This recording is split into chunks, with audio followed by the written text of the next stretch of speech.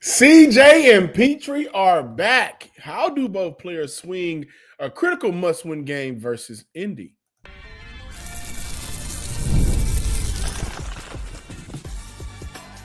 You are Locked On Texans, your daily podcast on the Houston Texans. Part of the Locked On Podcast Network, your team every day. Battle Red Nation, from H-Town to your town. Today's episode and every episode of the Locked On Texans podcast is for Texan fans all around. I'm your Texans credential media member and football analyst, John Hickman. Got a lot to dive into today on this Saturday edition. Wanted to give you guys some time off on Friday to enjoy family. So with the holiday season, Thanksgiving, let's have a little Thanksgiving talk. The Houston Texans could possibly win their fourth game in a row. And if so, they're pushing for the playoffs. So what do we have to be thankful for this year? Can the Texans defense repeat? And what I'm talking about is last time we saw Houston play football, they had one of those historic type of games, 8 sacks, all type of pressures, a couple of interceptions, and limited Josh Allen to 0 touchdowns. So can they repeat that type of performance against the Indianapolis Colts? But opening up today's episode, just looking at the return of the quarterback. Yeah, I tried to do the Mac, but the back. So return of the quarterback, diving into CJ Stroud returned it back. And what does that mean for Houston? Thank you guys for making the Locked On Texans a part of your everyday listening, for being a part of the Locked On Podcast Network, now the #1 sports podcast network. And today's episode is brought to you by FanDuel. Right now, new customers can bet just $5. And if your bet wins, you'll get $300 in bonus bets to use across the app. CJ Stroud spoke on Friday. Thought he had some good things to say. One of my favorite colleagues, Miss Kim, asked CJ Stroud about what he learned from watching from the sidelines from the past few weeks. And he also hinted on just what he needs to do to, help this team get over the hump. Yeah, just see how great our defense is, and if we can just, find a way to score in the red zone and, find points, I think, we can go as far as we want. Because, we have a really, really strong, talented defense. And it was really good to see, and for me, to see from a bird's eye. And that's been the case, but it's a little different when you just get to sit there and watch and be like, dang, other quarterbacks got to go through this. Like, I got to, when I get back, I got to make sure I make plays and put these guys in position to win and, reward them for stops and then turnovers, So I think that's huge. Our special teams, playing well. And then, offensively, I thought we did really solid, but I think we can take another step as well. CJ, how will you be able once you get back out there on Sunday? Yeah, I think just, doing the little things right, take care of the football, getting out of my hand, going through my progressions, my reads, being clean in the communication in the huddle, and, just trusting myself, trusting my instincts, being confident, and, trusting my God-given talent and, go from there. So I thought, I was playing decent, coming out, out of that Seattle game. I thought I played, a good game against San Fran. And then the Broncos, I thought I had a good first quarter. But, it sucks that happened. But I think, I'll be able to, kind of catch my mojo back. But I don't know when. Hopefully it's the first play of the game. But whatever it is, I'm going to just keep fighting and try to find my rhythm. Absolutely love CJ there, just mentioning really what was, his takeaway from the sidelines, getting somewhat of a bird's eye view, but also picking up where he left off. And I'm glad he highlighted, hey, before all of this concussion mess popped off, I gave you guys a 300-plus total yard game against San Fran. I gave you guys a very good couple of drives before the injury. And again, we all saw that drive. It felt like that CJ Stroud really built off that San Fran game and found a way to get back to, quote-unquote, himself. Now, I love this perspective on what he has to do, right? And when I look at going up against Indy and what they present defensively, number one, for CJ Stroud, he doesn't need to be extraordinary. I don't think so. I think that, again, he highlighted the defense and how they've been playing. And I also think he's seen Houston win 3 games without him because of that defense. Now, obviously, from a quarterback perspective, he wants to be out there, and I'm sure he saw things from a film standpoint of watching live, some of the throws that maybe were missed and some of the things that he's seeing from his other receivers like a Jaden Higgins who continues to grow, Christian Kirk getting back, and Dalton Schultz continuing to build off of what he started this year off with. And so I'm sure he's thinking, oh, yeah, this is a throw I can make. Oh, this is something that I can do that'll give uh, offensive coordinator Nick Caley confidence that he needs to be able to expand the playbook, right? I mean, we all saw it. It was extremely frustrating to watch in that second half. Really, that third quarter, where it just felt like, man, what are they doing here with this offensive game plan and play caller? And maybe they felt like, hey, with Davis and how he's playing right now, we got the lead that we need. We trust the defense. And I don't think you can absolutely win like that against Indy, against KC. And this is not something that Houston wants to make a habit of, which when I look at some of the first and third quarters this year for the Houston Texans, 32 points in the first quarter, 39 points in the third quarter. Second quarter, 84. Fourth quarter, 88. So you look at a lot of these games where it feels like Houston is getting off to a slow start, and then they're having to kind of overcompensate in the second and fourth quarter where you go into the half or you go into the end of the game. So I don't think CJ needs to be extraordinary. I think he needs to go out there and just be good. I don't think he needs to be great. Obviously, if he's great, then this is a dangerous Texan team. But CJ's good is different from a Davis Mills good. And that's no disrespect to Davis Mills. I think we can all agree on that. When CJ is good, then the offense and the expectation is, hey, you can have moments like you had against Baltimore. You can have moments like you had against San Francisco, which you mentioned. You can have moments where you have a fourth quarter like Houston had against Tennessee to get their first win of the season where they scored 26 unanswered points. You can have those moments. And I don't think he necessarily needs to be extraordinary for Houston to do that. If Houston is going to win this game, guys, they're going to have to score 3 touchdowns. The first to 21 points, I think, wins the game. And I think when you get the CJ Stroud back, is it the first play? Is it the first drive? How does Nick Caley go about getting his quarterback comfortable and loose out there? Against Indy a couple of years ago, Houston gets the ball, play action pass, 75-yard touchdown to Nico Collins. Do they look to replicate that depending on what the matchup shows? And I think in that first drive, I don't necessarily think Houston needs to kind of be conservative with CJ Stroud. Again, I'm not asking him to be extraordinary. Now, on the flip side, I do think that, hey, Nick Caley needs to be much better.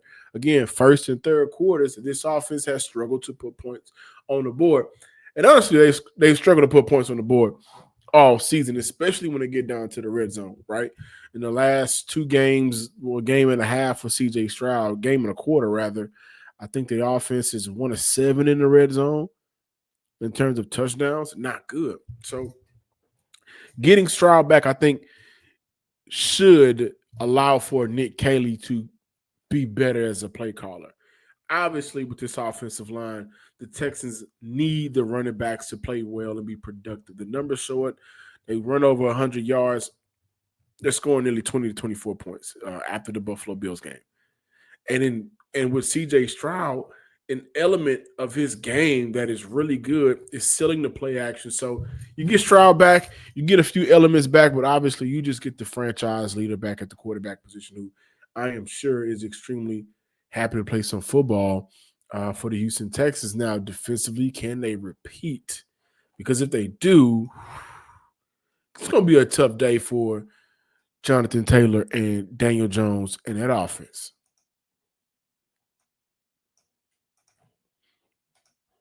Before we talk about who's going to have a tough day, it's important to talk about NBA is back, man. Rockets are balling right now. They went 2-0 this prior week. The NBA Cup has been exciting, good basketball. And there's no better place to get in on the action than FanDuel, the official sports betting partner of the NBA. Even if you missed the start of the game or want to ride the hot hand, FanDuel has live bets on everything from who will score next to fourth quarter comebacks. And if you guys were like myself, you witnessed the Reed Shepherd moment a couple of games ago, right? A couple of days ago. And maybe you joined that game live. And maybe you said, hey, listen, I feel like Reed Shepherd could get a little busy with the amount of players that are not playing right now for the Houston Rockets. And you know what? That's exactly what Reed Shepherd did. He finished that game the other night against the Warriors on a comeback. He finished that game with 31 points, nearly 50% from the field, 9 rebounds, 5 assists. You could have made some money with Reed Shepherd. Make some money with Reed Shepherd the next time the Rockets play. It keeps every game exciting, especially when your team is making that late game push. Right now, FanDuel is giving new customers $300 in bonus bets when your first $5 bet wins. So head to FanDuel.com to sign up and play with FanDuel, the official sports betting partner of the NBA.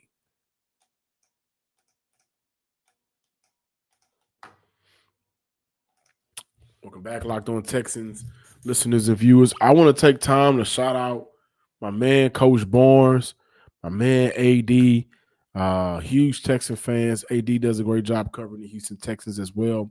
But those two young men, brothers in sports, are Texas A&M Aggie fans.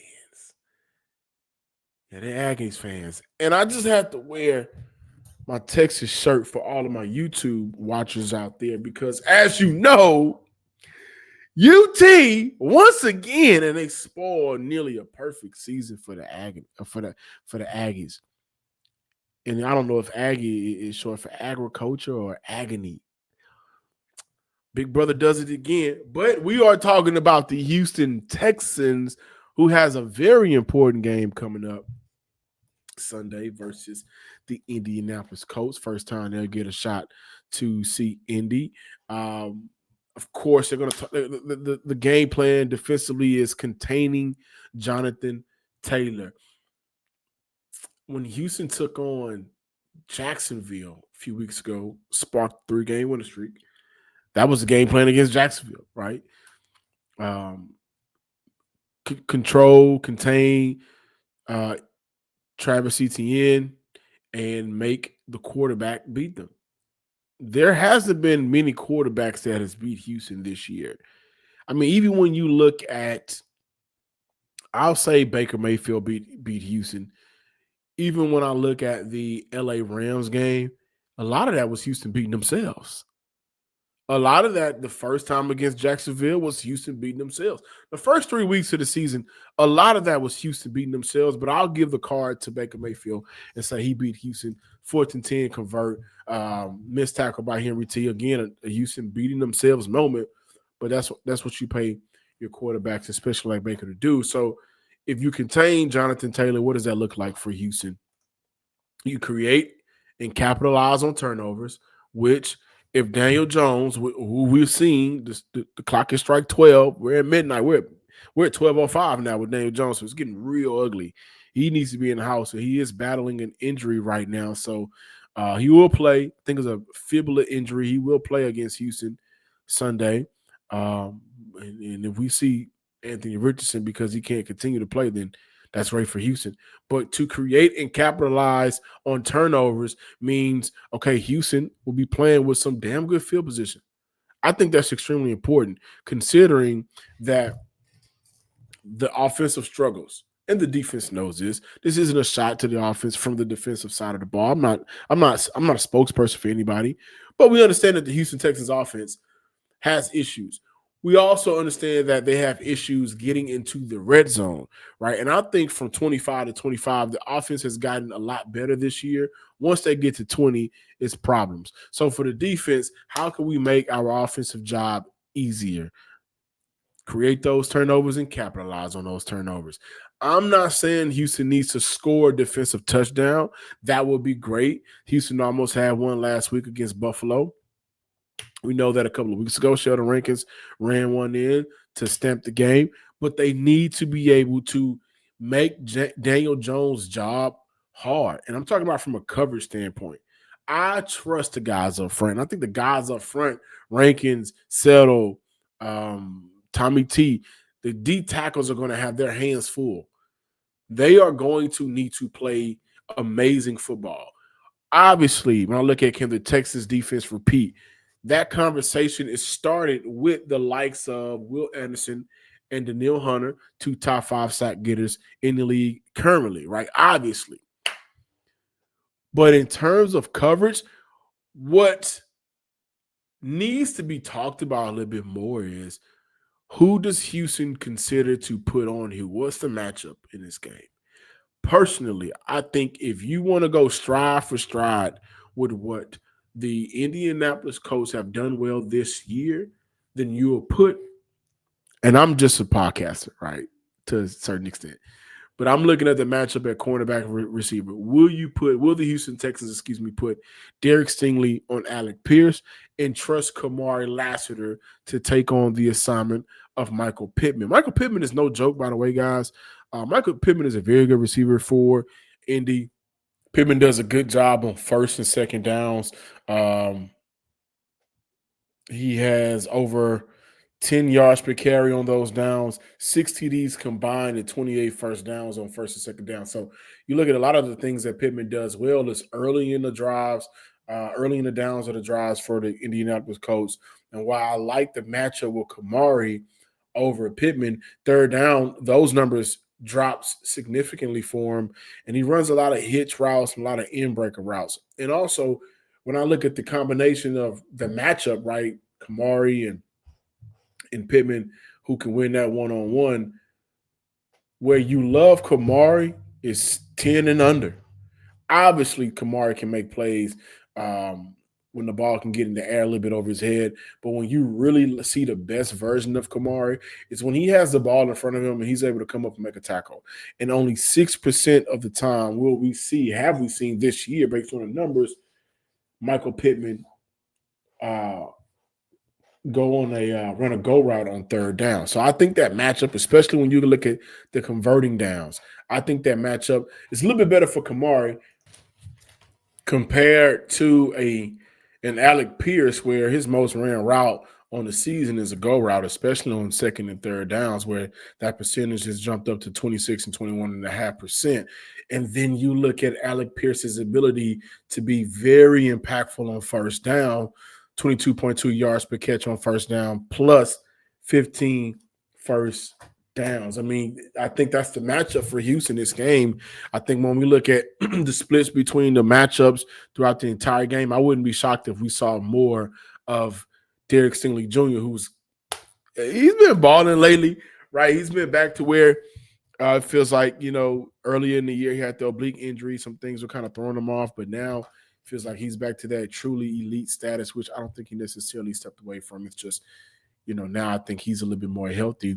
And then I look at the first down for the Indianapolis Colts. Plays with 10 or more yards, 79. Plays with 20 or more yards, 26. Plays with 50 or more yards, 2. Rushes of 10 or more yards, 20. Rushes of 10 or more yards, 20. Rushes of 20 or more yards, 7 times. Rushes of 50 or more yards, twice. Completions of 20 or more yards, 19. Receptions of course, 20 or more yards, that's 19 as well. Like, they get real busy on first down. A lot of that has to do with how impactful and effective Jonathan Taylor has been, so the coach can operate that play action offense. And so the matchups for Houston, they need to be smart. They have to be strategic and going about it. Sure, we'll see some things mixed up to get Jalen Pitre back. So you look at the Indianapolis Colts and the matchup between Pitre and Josh Downs and the things in the tight end unit, the things that they like to do underneath with those crossing routes. D'Amico Ryans called it eye candy. Houston has to absolutely be disciplined going up against this Indianapolis team. And I think if they do those things and they score 3 times with CJ Stroud back running things at quarterback, and they stay disciplined, and they limit Jonathan Taylor. Obviously, it's hard to contain a running back like that.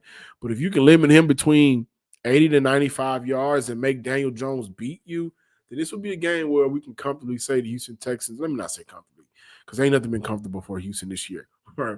But they'll be able to come away with the dub, extend their winning streak, extend their chances of making the playoffs, which the city of Houston will rejoice. It's holiday season. What are we thankful for regarding the Houston Texans? Stick around to close out today's show. Welcome back, Texan fans. Saturday edition of the Locked On Texan podcast. Super excited to talk football with y'all, man. We got a very important game tomorrow. Houston taking on Indy in Indianapolis.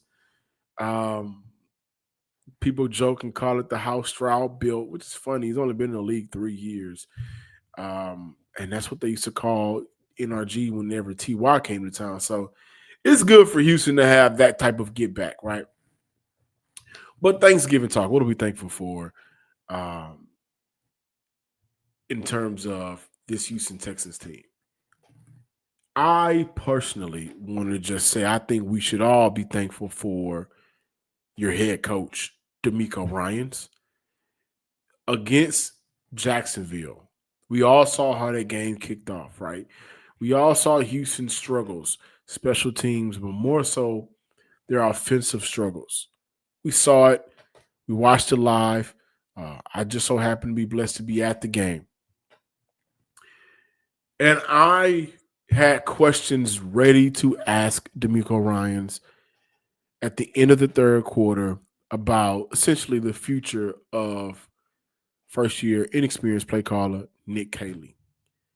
And my questions were centered around what's Houston's next option here? Do they look to maybe have a more inclusive approach with, calling plays? What can Houston do here to kind of salvage the season?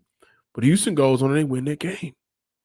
And the talk of that game was absolutely the 3 touchdowns by Houston, 21 unanswered points in the fourth quarter.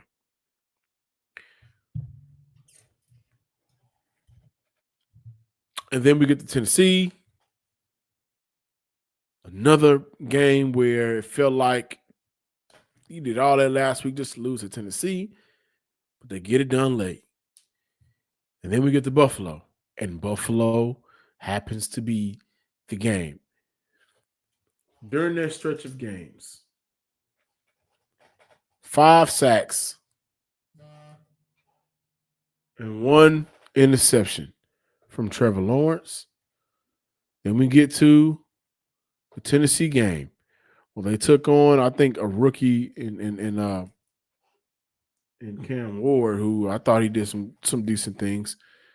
3 sacks, 1 fumble. Okay, then we get to Buffalo. 8 sacks,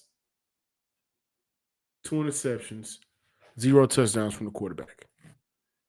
In a 3-week span, the Houston Texans, now I know it ain't Myles Garrett because he's doing a lot of these numbers by himself, right? But in a 3-week span, the Houston Texans, 16 sacks, 4 turnovers, a defensive touchdown.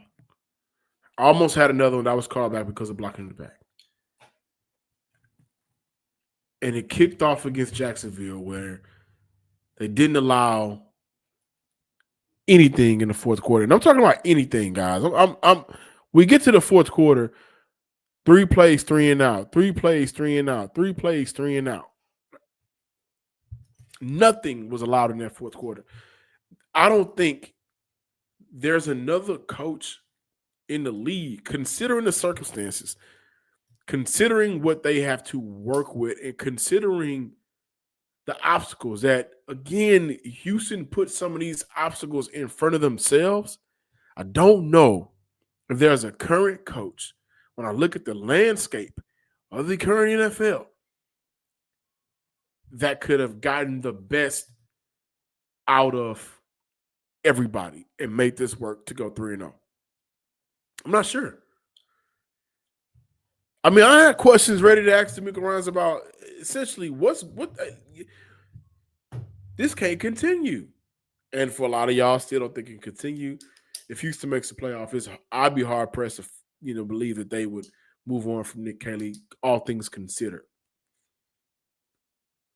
But the trust that the players have in DeMeco, and DeMeco constantly doing a good job, whether he's talking about it in the press conferences or whether it's the videos after the game. The outside noise doesn't matter. Only thing that matters is what we have here. And DeMeco being that type of coach, 2 players, both EJ Speed and Jake Andrews, they both said similar things. Essentially, we are not in November yet. So I want to just do a little Thanksgiving talk for DeMeco Ryans. This could have very well been a disastrous season. Question marks are still there, and they are valid. This could have been something that would have made fans and national media look at Houston funny in the light. And yet and still, They've been so good defensively, so phenomenal defensively the last 3 weeks. They've anchored their teams to 3-0 with just an amazing fourth quarter by Davis Mills, a good second quarter against Buffalo, and a good drive against Tennessee. Not great quarterback play. They've been able to get it done, and I think DeMeco Ryans is why. Those players fight for DeMeco. Those players believe in DeMeco. Those players, and it ain't just the defense. It's just that the offense don't got what the defense has. The offense ain't got a Will, Daniil, Stingley, Kamari, Aziz, Tommy Togiai, Kalen Bullock. They don't got all of that. They got guys that are rookie here, rookie there, rookie over there, aged, quote unquote, washed receiver over here in the slot, a tight end that's battling through a lot of injuries, and Nico Collins essentially, for a large part, doing things from their receiver room perspective solo. A first-time head play caller, and you got CJ Stroud having to work through all of this. And yet and still, they're in the playoff hunt because of the things that they've been able to do defensively. Kevin Stefanski won Coach of the Year over DeMeco Ryans in 2023. And I think when I look at the landscape of the league right now, Mike Vrabel will probably win that award. But if Houston makes the playoffs after that start, and also consider Matthew Stafford likely MVP of the season right now, I think that's fair. Matthew Stafford has played phenomenal football this year. Against Houston, he looked a little, in that offense, they looked a little bit normal. Only 14 points. Baker Mayfield started off hot, cooled off as of late, dealing with injuries and also, everything that's going on in Tampa. Wasn't necessarily great by his own accord. Some things that the Houston Texans did and did not do. Seattle, got to Seattle, 4 turnovers. Buffalo, no TDs. Like, these things are amazing. And if Houston by some Texans in the outfield moment make the playoffs, if they only make the playoffs, if they win the division, and it starts on Sunday, of course, because they got to beat Indy, then when you look at pure coaching, maybe they need to do a tie. I don't know if they've done a tie before or when the last time they did it, if so. But DeMeco Ryans, given all of his issues and what's come about, yeah, he should be in that conversation. Thank you for watching today's episode of the Locked On Texans podcast. Please be sure to subscribe, like, and comment on YouTube, wherever you listen to your podcast, and follow me on Twitter at John_Hickman12. Until next time, ladies and gents, we got a very important game. Let's watch it together on social media. Let me know if you're going to be outside watching it wherever. May pull up on you. Peace.